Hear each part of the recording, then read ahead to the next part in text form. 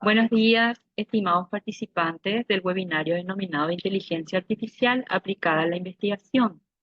Le damos la más cordial bienvenida a los participantes de Argentina, Paraguay, Uruguay, San Salvador y Chile. Estamos iniciando este webinario. Me presento, soy la profesora Carmen Ayala. Estoy realizando la presentación de este webinario el día de hoy en representación de almaedu.net. Recordemos que almaedu.net es un proyecto educativo enfocado en transformar la educación en América Latina, ofreciendo formación de alta calidad en línea. Hoy tenemos al expositor quien nos acompaña, el maestro Rafael Paz Narváez, a quien damos la más cordial bienvenida. Él es académico salvadoreño con trayectoria en el ámbito de la sociología y la investigación social. Asimismo, es profesor e investigador de la Universidad de El Salvador, la UES. También participa en la red Interfacultades para la Investigación Social. Recordemos asimismo que el maestro Narváez es doctorando en educación por la Universidad Iberoamericana de México. Luego del webinario tenemos un espacio de preguntas y respuestas. Instamos a los participantes a que puedan ir sumando sus consultas en el chat. Una vez finalizado la exposición, el expositor procederá a contestar las mismas. Bienvenido, maestro. Le damos la más cordial bienvenida nuevamente y a su cargo entonces el webinario. Exitosa jornada. Muy buenos días. Y bueno, vamos a tener una jornada en la cual vamos a abordar de manera introductoria el uso de estas tecnologías, especialmente lo que se llama eh, em, chats, ¿verdad? Chatbots en la educación superior, es lo que nos está interesando, ¿no? Claro, aquí el tema es más general, es inteligencia artificial aplicada a la investigación, eh, pero pues hablamos en este caso de inteligencia artificial, básicamente chatbots, y aplicados a educación superior en general, pero también vamos a ver algunos ejercicios mínimos de aplicación en el campo de la investigación. Bueno, acá veo yo que tenemos una audiencia relativamente pequeña, ¿verdad? Lo cual da cierta facilidad para tener, digamos, la inteligencia artificial. Hay algunos pequeños datos al respecto, sino que nos vamos a concentrar en su uso práctico. Para ello, me gustaría comenzar con una presentación sobre, vamos a iniciar aquí a presentar.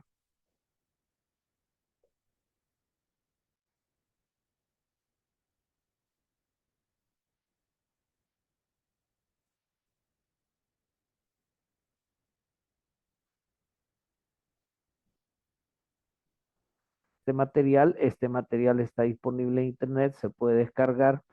También a través de la red se les podría hacer llegar el material ya descargado. Es una licencia Creative Commons, de tal manera que se puede distribuir sin ningún problema, ¿verdad? Hay que citar, por supuesto, ¿verdad? A la institución autora.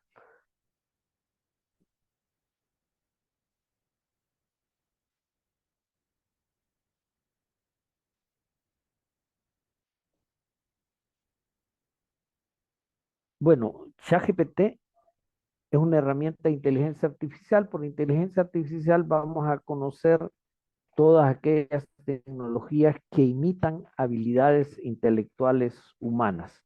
Ya en el campo de la computación se hablaba de memoria, por ejemplo, como el dispositivo en el cual se registraba una cantidad de información, ya eso era una imitación de capacidades humanas, ¿verdad? La capacidad nuestra de memoria, de recordar, etcétera.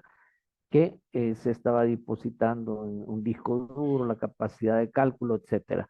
Con la inteligencia artificial y especialmente con los chatbots, que son herramientas de generación de diálogos en lenguaje natural, la inteligencia artificial dio un salto cuando apareció de acceso público a este tipo de chats, que antes era un acceso muy limitado. Hubo un salto, digamos, en la inscripción en este servicio, en este sitio web de ChatGPT, ¿verdad? Alcanzaron los 100 millones de usuarios en solo 2 meses después de su lanzamiento, lo cual fue prácticamente un hito, ¿no? Muy pocas aplicaciones, muy pocos servicios web han logrado en tan poco tiempo tal cantidad de personas que se inscriben. Y ahorita, por supuesto, hay más.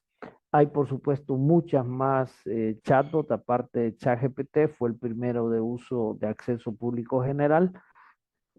Ahora hay más, ¿verdad? DeepSeek, eh, Perplexity, Copilot, Gemini, Dino O'Brien, para hablar algunos, ¿no? Hay muchísimos más, pero ChatGPT sigue siendo una herramienta básica, ¿no?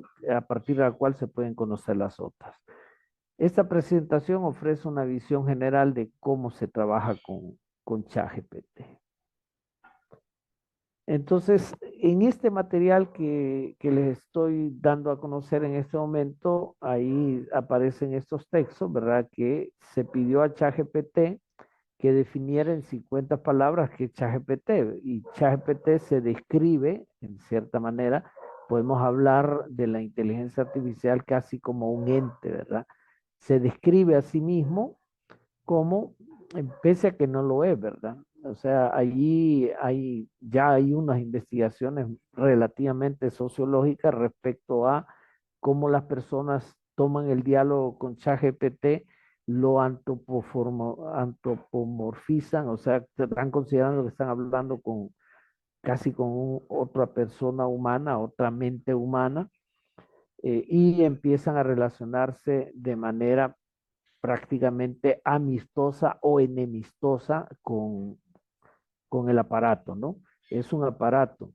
Sin embargo, es un aparato que está diseñado para inclusive tener reacciones emocionales, ¿verdad?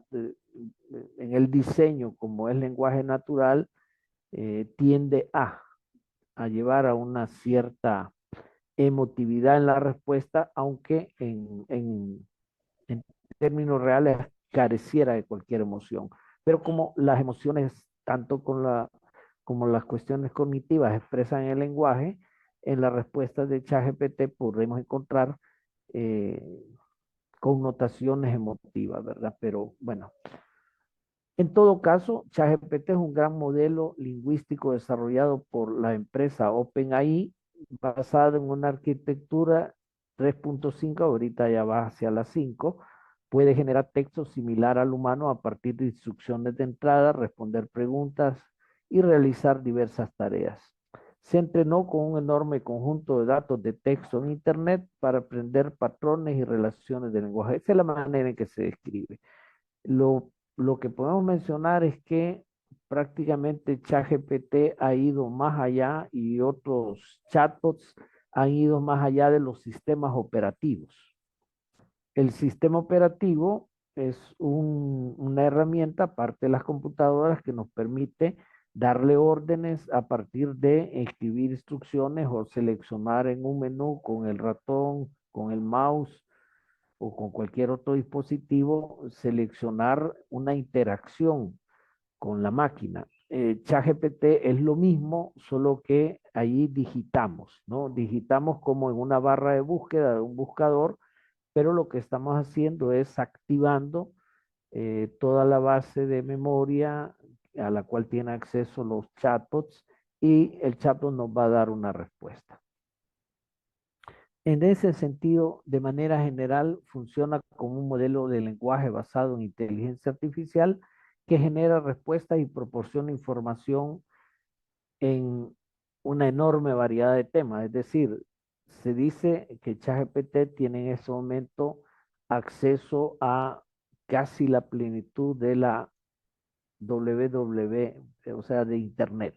Claro, recordemos que Internet tiene una capa superficial, una capa intermedia y una capa profunda. ChatGPT no va a tener acceso a menos que se le entrene y se le oriente a la Internet profunda y que se generen ahí algunos comandos. ChatGPT trabaja en la superficie del ciberespacio. El ciberespacio dominado fundamentalmente pues por todas estas compañías que son las que mantienen y movilizan el ciberespacio. Ese es básicamente el ámbito en el cual ChatGPT puede tomar información y compartirla.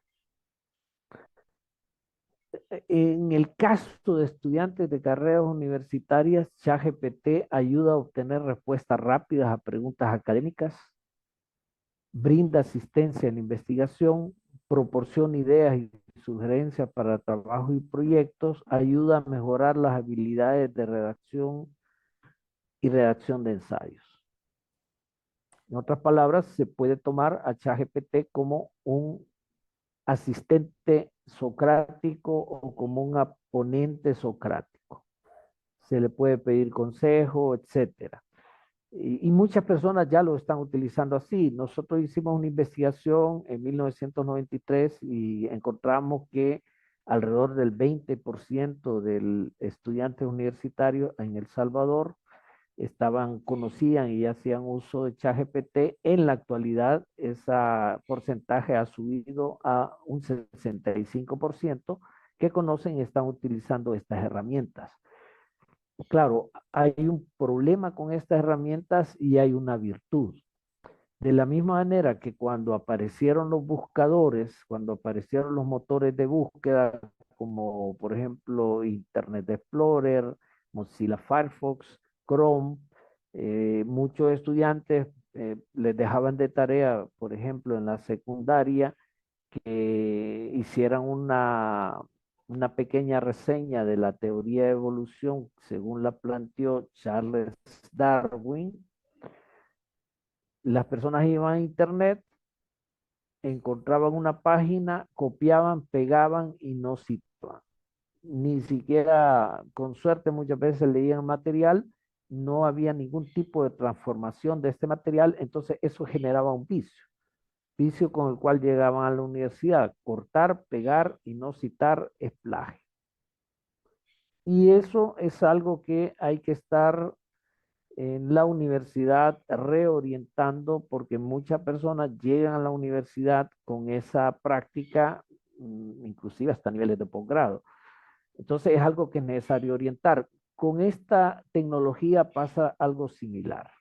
Se puede utilizar de manera crítica, siguiendo las pautas académicas, los estándares académicos, o se puede utilizar copia-pego, no cito.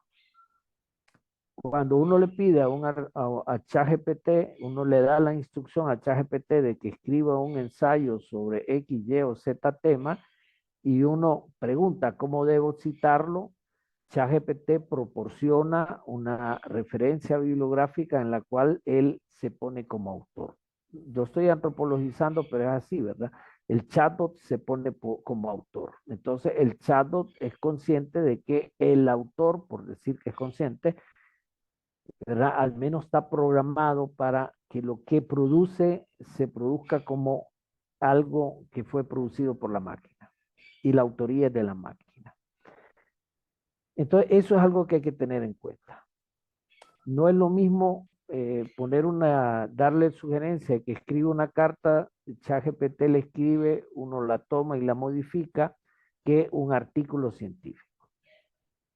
Un artículo científico, uno puede interactuar con el chatbot, pero la redacción última de ideas, de nociones, debe estar a cargo de las personas que van a presentar ese artículo como propio. Eso es algo que hay que mencionar. Entonces, es una herramienta complementaria que no reemplaza la investigación y el estudio tradicional, pero lo complementa. Requiere verificar siempre la información proporcionada por ChatGPT y utilizar fuentes confiables adicionales. Y ChatGPT no es apto para resolver todas las necesidades académicas. Esto es algo que debemos considerar. Me gustaría a este momento compartir con ustedes un video de lo que se puede hacer a partir de con chatbots, con chatbots como ChatGPT o como DeepSeek. En este caso tenemos un pequeño video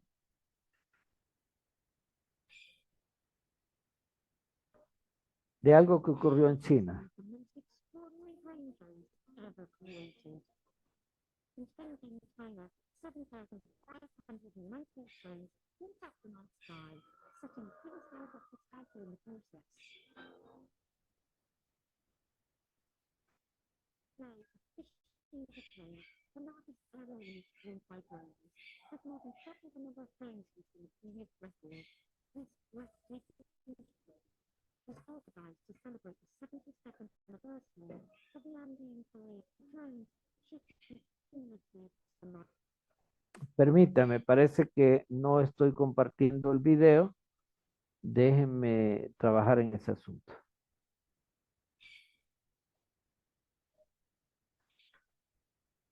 Vamos a compartir el video.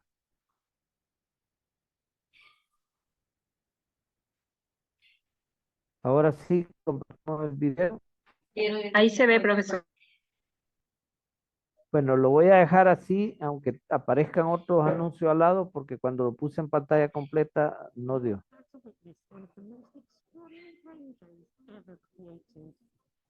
In Shenzhen, China, 7,590 drones lit up the night sky, setting Guinness World Records title in the process. Now, fishing the plane, the largest aerial unit owned by drones, with more than double the number of drones used in the previous record. This breathtaking show was organized to celebrate the 72nd anniversary of the Andean Terrain Autonomous Prefecture. It's provided by Shenzhen Genova Intelligent Control Technology Company Limited. A single laptop was brought to control the fleet, with the system monitoring each drone's status in real time. Shifted continuously across the night sky, in an iconic images like a great wall and a majestic dragon. We're also paying tribute to Yandian's unique culture, with depictions of the pretty flower azalea and traditional dances.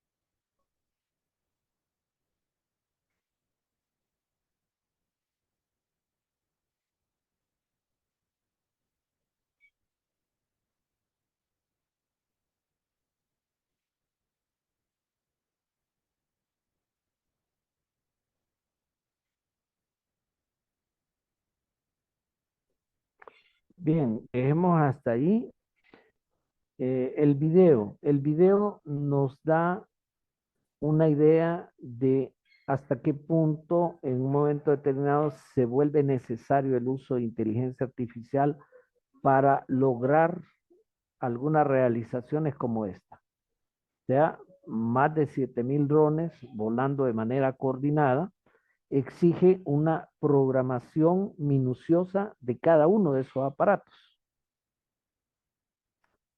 Y esa programación minuciosa se logra a través de utilizar chatbots que permiten darle la instrucción de que elabore una programación de vuelo para formar estas imágenes y se puede hacer la rutina que transforma primero la visión de montaña, después la visión de dragón, la visión de flor, etcétera.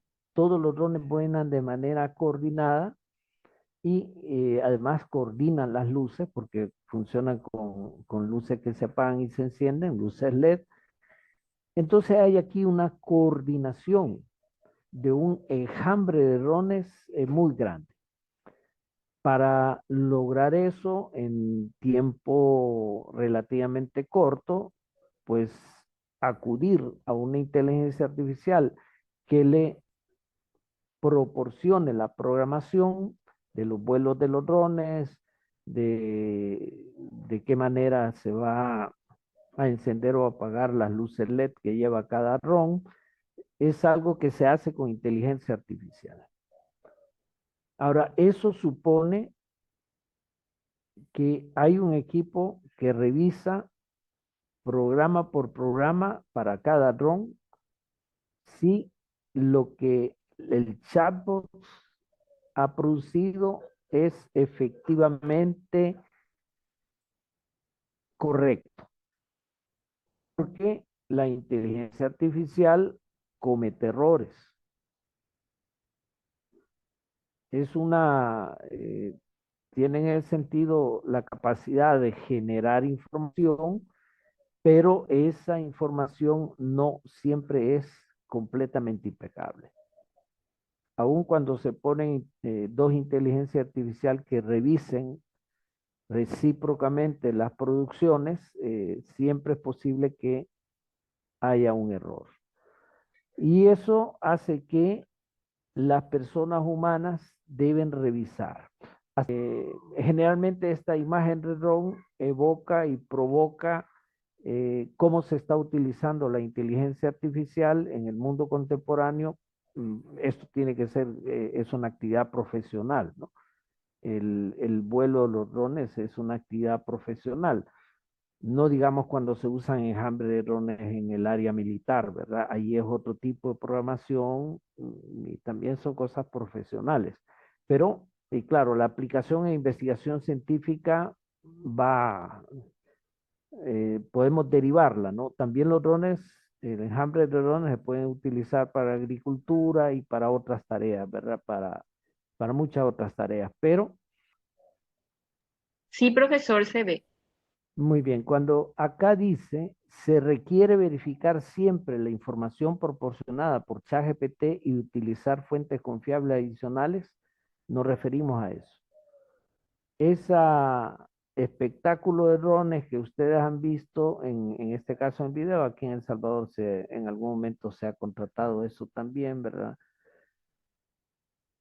Se hace con programación asistida por inteligencia artificial que requiere verificar siempre los resultados. Igual, si nosotros queremos hacer un proceso académico, un proceso profesional, un proceso de investigación, vamos a tener la norma de verificar siempre la información proporcionada por ChatGPT. Vamos a continuar. Normalmente, digamos, si uno quiere inscribirse, no sé cuántos de ustedes están inscritos ya en este tipo de chatbot, puede ser ChatGPT o puede ser DeepSeek o Perplexity o pueden tener cuentas en varios chatbots. Pero aquí están las instrucciones para más o menos con cualquier servicio de internet, ¿verdad? Uno va, genera una cuenta, se inscribe y ahí ya tiene acceso al servicio. Este, este diagrama es prácticamente uno de los asuntos clave en esta exposición. Este es un diagrama que aparece en este material que les he mencionado de la UNESCO, en el cual nosotros tenemos, yo no alcanzo a verlo plenamente aquí el diagrama, déjenme ver si puedo poner otra imagen. Bien, vamos a ver si, bueno, se mira bien, la imagen se mira bien, correcto. Ya veo que se mira bien. Aquí nosotros tenemos un diagrama de flujo. De hecho, voy a cambiar.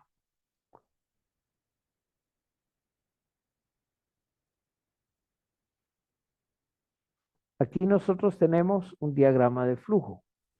En este diagrama de flujo tenemos el inicio en este proceso de respondernos a la pregunta ¿cuándo es seguro utilizar ChatGPT?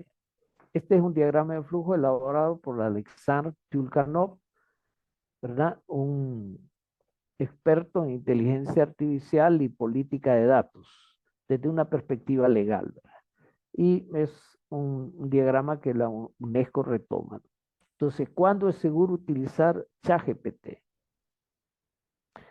Entonces ahí nos lleva a una segunda pregunta. ¿Es importante que el resultado sea verdadero?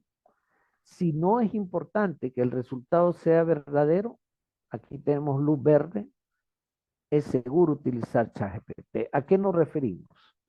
Si nosotros queremos hacer, no vamos a hablar todavía de investigación científica, pero nos estamos aproximando.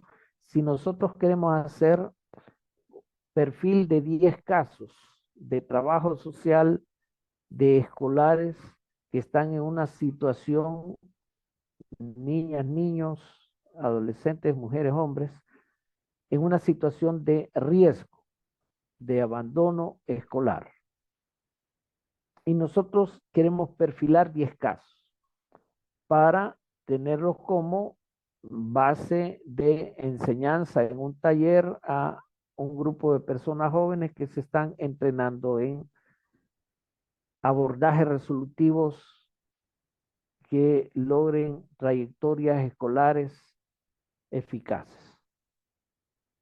Entonces nosotros necesitamos 10 casos que se perfilen. Entonces le introducimos las variables que queremos que cada caso tenga y le pedimos que me genere 10 variables, ¿verdad? Podría ser 6 de sexo femenino, 4 de sexo masculino, y le damos las edades, le damos los parámetros. Y ChatGPT me va a generar 10 casos modelo que me pueden servir de estudio para un taller de diagnóstico, análisis y perspectivas prospectivas para atender casos. Casos de niñas, niños, personas, hombres y mujeres en situación de riesgo en su trayectoria escolar. En ese caso es seguro utilizar ChatGPT. Ahí estamos en una completa seguridad. Si fuese el caso que lo que queremos es pasar un rato con niños generándole creatividad y vamos a generar relatos sobre alguna mitología regional, le podemos pedir que nos genere 5 relatos o un mismo relato en varias versiones y que en ese juego trabajamos con niñas, con niños, con personas jóvenes para generar discusión. Como en ese caso el material no es requisito que sea verdadero, es completamente seguro utilizar ChatGPT. Ahora, ¿qué pasa si es importante que el resultado sea verdadero? Eso nos lleva a otra pregunta. Nos lleva a la pregunta, ¿dispone de experiencia para verificar si el resultado es preciso? Y nos vamos a remitir al ejemplo del vuelo de los drones. Si a mí me dice, mire, verifique, eh, digamos, si están bien programados el vuelo que van a realizar estos drones de manera coordinada, 7000 drones, ¿verdad? Y la manera en que van de colores que tiene. Mire, francamente hablando, yo no me haría cargo de algo así. No me haría cargo de algo así porque no tengo idea de la programación concreta del vuelo de cada dron. Entonces, en ese caso no sería seguro utilizar ChatGPT. De la misma manera, si yo tengo 1500 expedientes reales, 1500 descripciones reales de casos de niños y niñas que han caído en una situación de vulnerabilidad o de riesgo. Voy a poner el caso de El Salvador, donde tenemos un régimen de excepción que ha capturado a una gran cantidad de personas. Tenemos el país con el índice carcelario más alto del planeta. Muchas organizaciones de derechos humanos han demostrado que una gran cantidad de esas personas pesadas son personas inocentes, apresadas arbitrariamente, que han dejado en abandono a niñas y niños. Entonces, hay personas que han levantado el perfil de estos casos.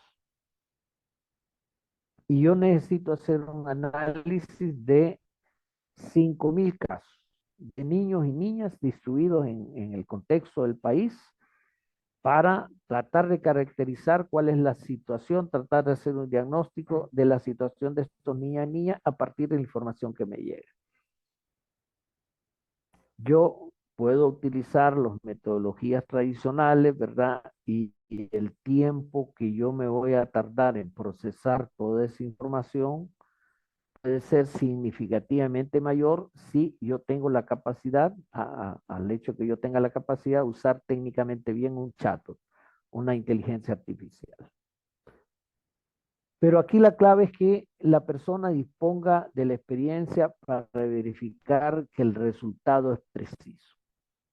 Entonces, si la persona dispone de la experiencia para verificar que el resultado es preciso, entonces debemos ir a otra pregunta, que es, ¿está dispuesto a asumir responsabilidad legal y moral de los errores? Si no está dispuesto, no es seguro. A mí me dicen, mire, necesitamos a alguien que de todas maneras revise el vuelo de los drones y me dan ciertas pautas. Y yo lo reviso y digo, bueno, está como yo creo, bueno, pero resulta ser que si un dron ahí empieza a tener un vuelo errático y empieza a acabar con todo el show, la responsabilidad legal es suya. Bueno, ahí uno lo repiensa y dice, no, no voy a asumir una responsabilidad legal de algo que no tengo la capacitación, la experiencia para verificar de que esto va a salir bien. De manera similar, ¿no? Estamos hablando de perfiles de casos, de personas, de niños, de niñas, de jóvenes que han quedado en lo que algunas personas llamarían desamparo y que se está buscando abordajes de atención. Si no dispongo de la experiencia para verificar la precisión de los resultados y estoy dispuesto a asumir la responsabilidad ética de los errores, como la estaría dispuesto de algo que se ha procesado sin chatbot, ¿no? O sea, uno siempre tiene una responsabilidad. Ahora, utilizar una herramienta de un chatbot le puede ahorrar una cantidad de tiempo, pero uno no puede justificar de que un error que cometió el chatbot en el análisis omitió algunos casos, omitió algunos aspectos, el responsable soy yo. El responsable es la persona que trabaja esa información y dice, vamos a utilizar esta información en este proceso. Ahora, si yo dispongo de experiencia,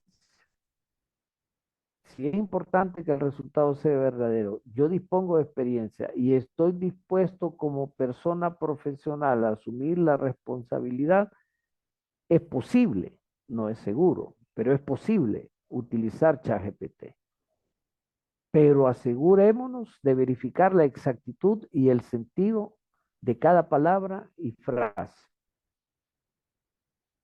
Entonces, esto es prácticamente la clave en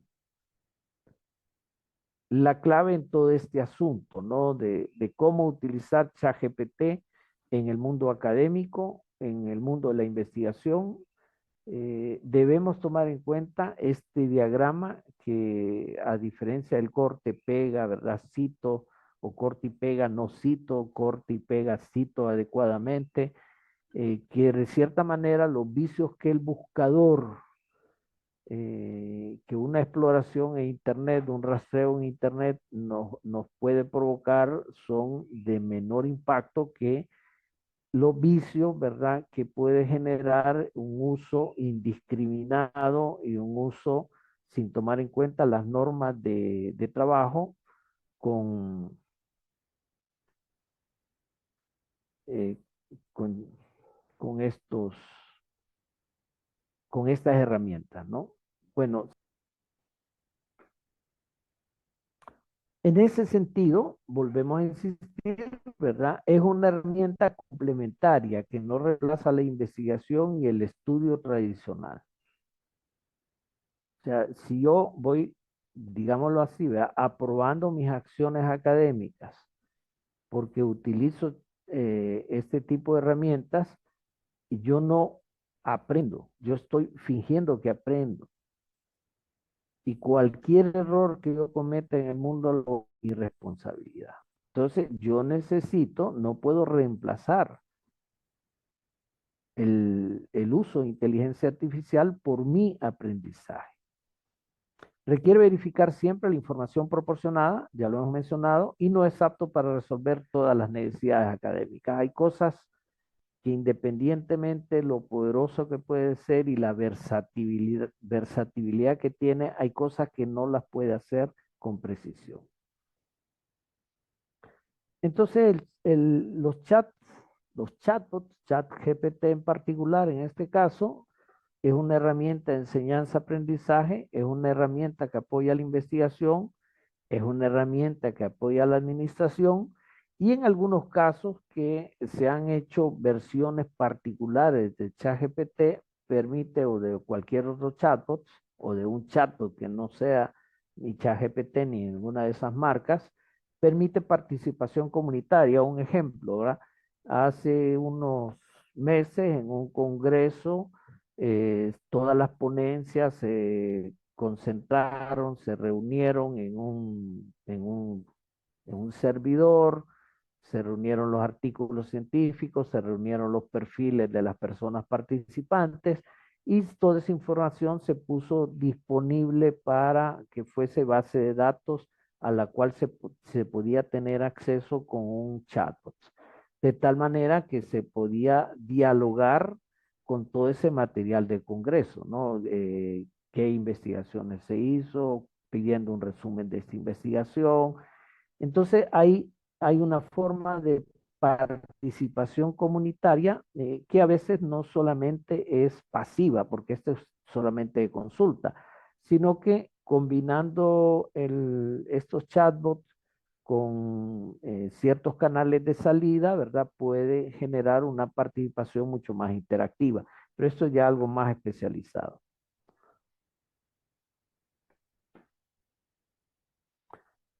Hay retos y hay implicaciones éticas. Conozco yo en varias universidades de El Salvador algunas personas que, por ejemplo, tienen prohibido, so pena de, de una nota mala, ¿va? Miserable, ¿verdad? O sea, de ponerle un 4 a alguien o reprobarle en la materia, las consultas a Wikipedia. Y de la misma manera se ha trasladado esa actitud hacia esta tecnología de manera que se dice está prohibido consultar inteligencia artificial. Inclusive, esta tendencia es tan fuerte que se han desarrollado tecnologías para detectar si un material ha sido elaborado con inteligencia artificial. Pero ocurre que, bueno, yo hice la prueba en una ocasión, es un artículo que escribí en 1997 cuando estaba lejano, ¿verdad? Muy lejana este tipo de tecnologías. Yo lo sometí a la prueba, ¿verdad? De si había uso de inteligencia artificial en la elaboración del artículo y el resultado es que daba de que un 87% estaba hecho con inteligencia artificial, o sea, una cosa absurda, ¿no? Entonces, estos verificadores de si se usa o no se usa inteligencia artificial no son fiables, no son nada fiables. O sea, yo lo he comprobado. Entonces, aquí nos estamos enfrentando a una problemática en la cual muchos docentes pasan por verificadores y algunos estudiantes, algunas personas tienen un estilo de redacción que por A, por B o por Z razón coincide muchísimo con la forma de redacción de la inteligencia artificial. Entonces aquí entramos en conflicto y esto ya ha generado conflictos en otras universidades, en otros países. Entonces aquí tenemos dos problemas, ¿verdad? Un problema de actitud hacia la integridad académica y un problema de que hay personas que tienen estilos de redacción que son muy congruentes con los estilos de redacción de la inteligencia artificial. Entonces, ahí hay un problema de integridad académica, ¿verdad? Hay implicaciones éticas que es necesario examinar.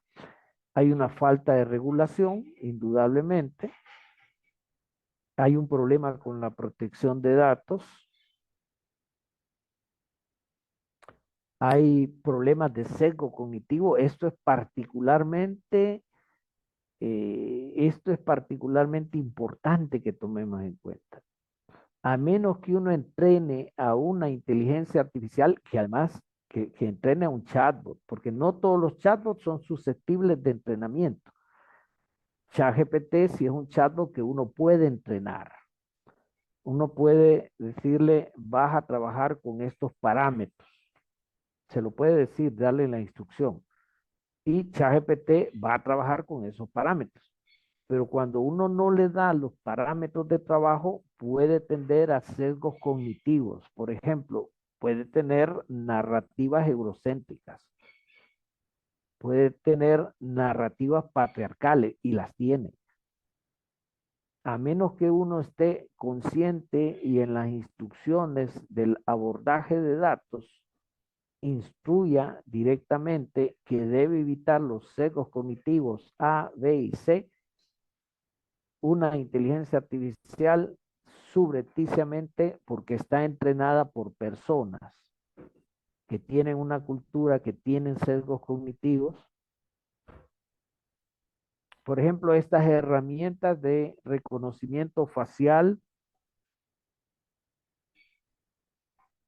tienden a, y eso ha sido algo estadísticamente comprobado, tienden a hacer identificaciones erróneas más de personas afrodescendientes que de personas eurodescendientes, caucásicas, digamos. Entonces, hay sesgos cognitivos en, en estos chatbots, en la inteligencia artificial.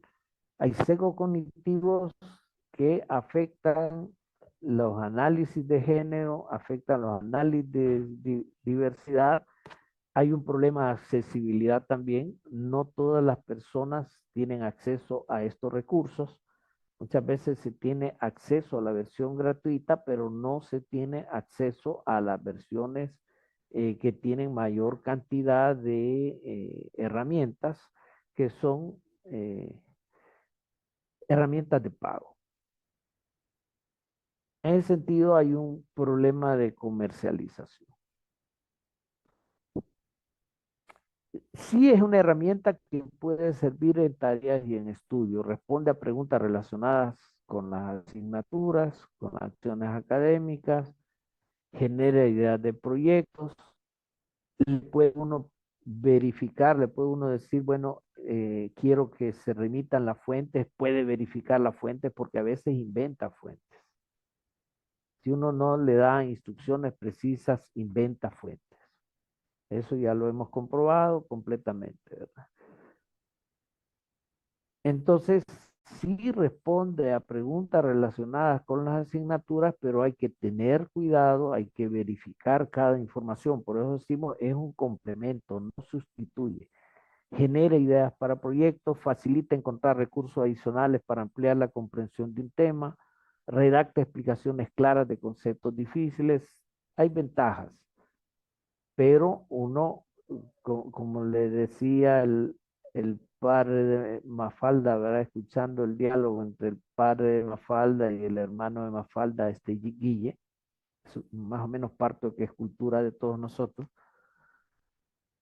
se mastica pero no se traga. Le estaba dando la instrucción de que los chicles se mastican pero no se tragan. y Mafalda viene y le dice el discurso de quién. Entonces, lo mismo con toda información que nos produzca un chatbot. Se mastica, pero no se debe tragar hasta que hemos verificado que efectivamente vamos a asumir la responsabilidad moral y ética y legal. Entonces aquí hay posibles usos, esto lo he tomado directamente del material que les estoy mencionando, ¿verdad? Hay usos en la redacción, cuando yo tengo duda de cómo estoy redactando, puedo tomar el párrafo y pedirle que verifique la gramática, etcétera, lo puede hacer. Puedo darle yo una lista de autores con títulos en desorden y me va a ordenar las citas y las referencias. Puede traducir, es un traductor bastante solvente. Puede generar ideas para preguntas o proyectos de investigación. En este sentido, es un asistente socrático, ¿no? Puede sugerir fuentes de datos, puede sugerir publicaciones, apoyen el análisis de datos. O sea, si yo he producido una encuesta y tengo una tabla, yo puedo copiar y pegar la tabla y decirle, describe estos resultados y me va a dar una descripción que después yo tengo que cotejar y le puedo cambiar, por supuesto, la redacción, si es necesario. Sugerir temas o asuntos para el análisis, búsqueda en archivos, conjuntos de datos, traducir fuentes a otros idiomas, o sea, puede hacer muchas. Hay gente que inclusive ha programado chatbots para que hagan entrevistas y recojan las respuestas. Es decir, en otras palabras, entran en contacto con algunas personas, tienen un conjunto de diálogo que hay que hacer y dependiendo de cómo va evolucionando la conversación de 200 parámetros van relanzando las preguntas como cualquier investigador. Hay gente que está recogiendo y produciendo información cualitativa, sí, obvio, hay que verificar, obvio, la herramienta puede introducir sesgos, obvio, para mí esa producción de datos no sería recomendable, pero hay personas que lo están haciendo. Eh, Resultado que queremos. Bueno, mi pregunta es, ¿qué tan útil les ha resultado esta última, segunda parte de la presentación respecto al uso de prompts? ¿Persona voluntaria que quisiera interactuar? Buenos días, maestro. Muy buenos días. Brenda, un Eh, gusto saludarla. Igualmente. Fíjese que desde mi experiencia, igual como la compañera anterior, como docente universitaria, pues he identificado que el uso es inminente, ¿verdad? Por parte de estudiantes, en mi caso, estudiantes de trabajo social, lo están utilizando como una herramienta de análisis que creo que, pues, rosa, bueno, creo que como profesionales o como docentes tenemos ese miedo al uso y en algunos casos se sataniza el uso de las IA. Entonces, en mi caso no trato de no tomarlo como algo negativo, pero sí, esta segunda parte de la exposición sí me brinda como esas herramientas de cómo ellos y ellas pudieran utilizarla, o sea, teniendo un mayor aprovechamiento de, porque solo hacer como la pregunta les deja, bueno, yo lo he identificado a la hora de que entregan los trabajos utilizando un lenguaje totalmente técnico, un lenguaje que ellos y ellas no están todavía utilizando en clase. A la hora de hacer participaciones en clase, pues las participaciones son bastante, eh, por decir, coloquiales. A la hora de expresarse, ellos todavía tienen un lenguaje coloquial, un lenguaje básico. Y a la hora de hacer presentaciones escritas de análisis, he encontrado con con esta forma bien tecnificada de escribir sobre algún tema. Incluso retomando algunos enfoques, algunas que considero que han estado un poco más avanzados a lo que ya están ellos y ellas manejando, ¿verdad? Entonces, creo que la parte de ilustrarles cómo eh, utilizar las instrucciones o limitar al bot, a la inteligencia, pudiera apoyarles.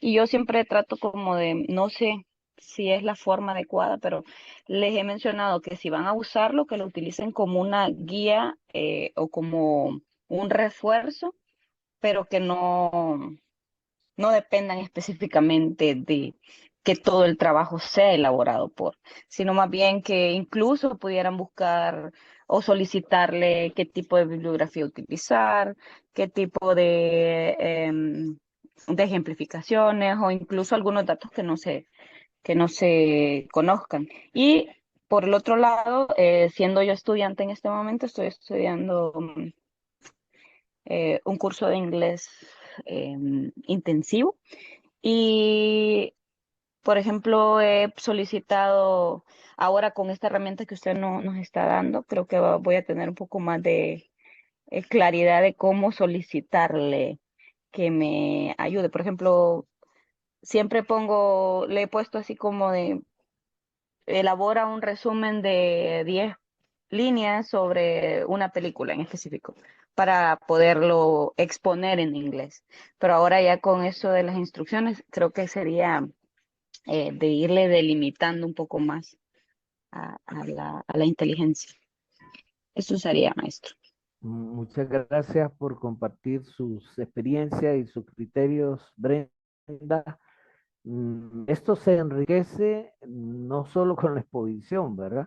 Sino con compartir las experiencias. Entonces, yo les agradecería muchísimo a otros compañeros y compañeras que tuvieran a bien compartir sus saberes, sus experiencias con respecto al uso de estas herramientas. Hola, maestro. Muy bien. Yo solamente eh, aportar con el hecho de que nosotros tenemos que valorar cualquier instrumento de la IA como eso, como un instrumento, una herramienta que nos puede facilitar algunos procesos que nosotros estamos elaborando, pero no analizar, ¿verdad? Desde un punto profesional, digámoslo, o académico. ¿Verdad? Se da el hecho de que varias personas, sean estudiantes profesionales, consideran a la IA como quien va a resolver un tema, como quien va a resolver una problemática, como quien, pues ya no hay necesidad de que el humano como tal interceda, ¿verdad? O sea, aparte de eso, porque la IA le da, por ejemplo, todo. Por decir algo, yo quiero estudiar la temática de la violencia de género en la Universidad de El Salvador hacia las mujeres. Yo le doy, como usted ha realizado muy bien, le doy un prompt, ¿verdad? Le pido la información y yo ya presento, pues no me tomo a veces ni, lo digo yo como un supuesto, ¿verdad? Cualquier persona, pero viene la persona y ni siquiera a veces se toman el espacio para leer, ¿verdad? Lo que la IA nos ha dado. Y así lo presentan tal cual, como que fuera su forma de pensar, como que si fuera su análisis, ¿verdad? Y ahí pienso yo que es donde tenemos un error con el uso de la IA, ¿verdad? No puede la IA sustituir al ser humano.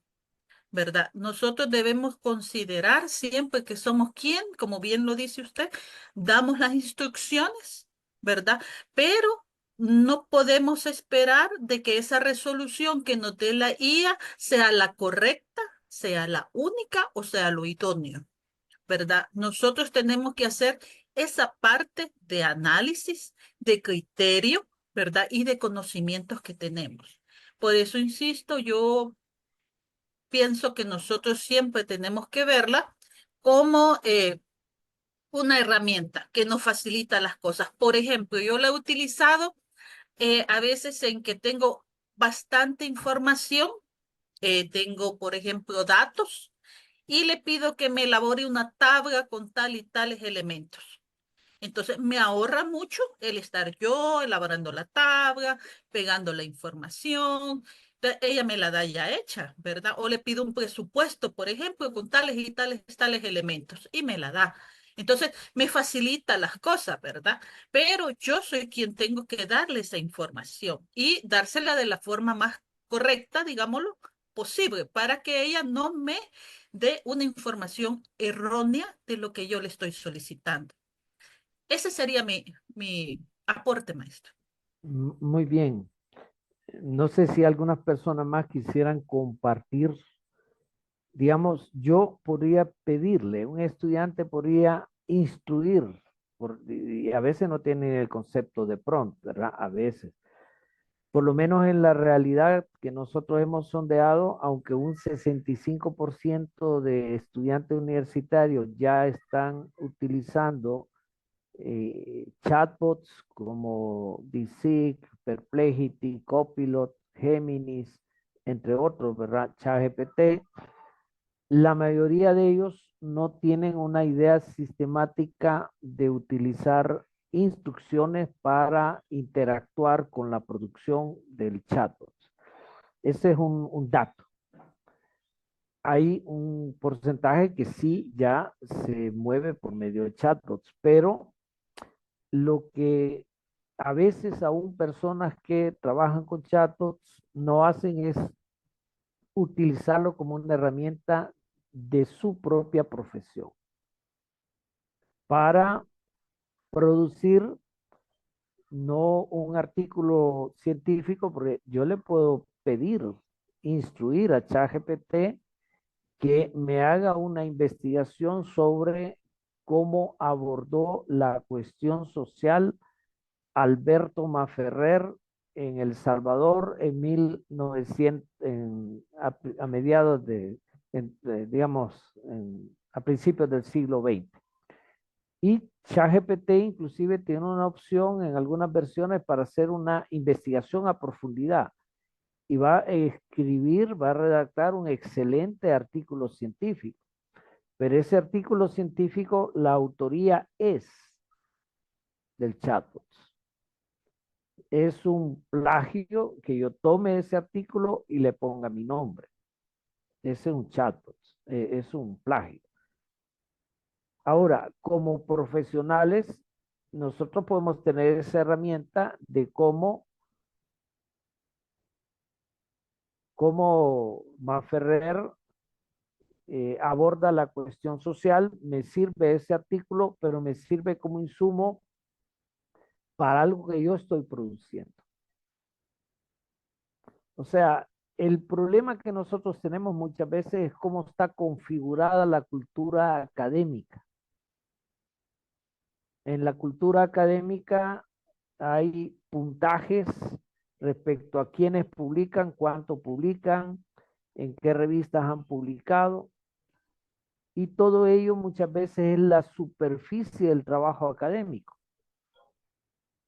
O sea, no podemos ni deberíamos medir la calidad de una persona científica por cuántos artículos ha publicado. En muchos lugares hasta un negocio es, ¿no? Se cobra por publicar. Más bien habría que ver si ese conocimiento nuevo producido ha impactado, ha contribuido a transformación de procesos reales. Entonces, cuando uno examina qué información voy a producir y si esa información me va a facilitar generar un producto que va a incidir en transformación de procesos reales, ahí es donde está la verdadera prueba de la producción de conocimiento científico. Y no digo que sea irrelevante publicar, es relevante publicar. Pero más relevante que publicar es cómo se inscribe el conocimiento nuevo que producimos en la historia. Y ahí usar ChatGPT nos puede dejar en un lugar subordinado, pasivo, en nuestra propia historia, o utilizar un chatbot. O sea, el chatbot nos puede utilizar o nosotros podemos utilizar al chatbot. Si somos estudiantes que vamos aprobando acciones académicas porque estamos en esa ventana de oportunidad que muchos docentes todavía no han incluido esto en las formas de enseñanza-aprendizaje, un estudiante puede hacer buena parte de su carrera en este estilo, pero sería una persona que básicamente está siendo utilizada por la gestión global de conocimiento, que es una gestión global que produce datos masivos y que hay personas que controlan ese dato masivo producido. Nuestros propios datos son controlados. Bueno, tiene que ver con una charla anterior que dimos, ¿no? Pero tiene que ver exactamente qué clase de academia estamos haciendo. Bueno, me parece que hay un punto técnico, ¿verdad? Hay un punto técnico en este asunto de cómo utilizar los chatbots, cómo lo están utilizando los estudiantes, las estudiantes, cómo podemos orientar a que ese uso contribuya a una auténtica formación profesional y contribuya a un abordaje resolutivo de los problemas que las personas profesionales atienden. Me parece que ahí está el punto de gravedad que nos permite tomar criterio y decisiones respecto a cómo trabajar con estas tecnologías. Bueno, Brenda escribe, ¿verdad? Ha sido muy productivo. Me gustaría mucho compartir con estudiantes de la clase. Bueno, aquí tenemos una reacción, ¿verdad? No sé más, compañeros y compañeras. Espero que haya sido útil. Hay otros aspectos técnicos que podríamos considerar, ¿verdad? Ya directamente en la investigación, pero creo yo que básicamente el conocer el marco ético y técnico con el cual se pueden utilizar estas tecnologías, pues era un poco el propósito de la mañana. Bueno, muy buenas tardes, profesor. Agradecemos su exposición. Sin duda nos ha brindado mayor información y luces sobre cómo emplear la inteligencia artificial en los procesos de investigación. Agradecemos también a todos los participantes y estarán recibiendo un correo con la grabación también del día de hoy. Muchísimas gracias, maestro.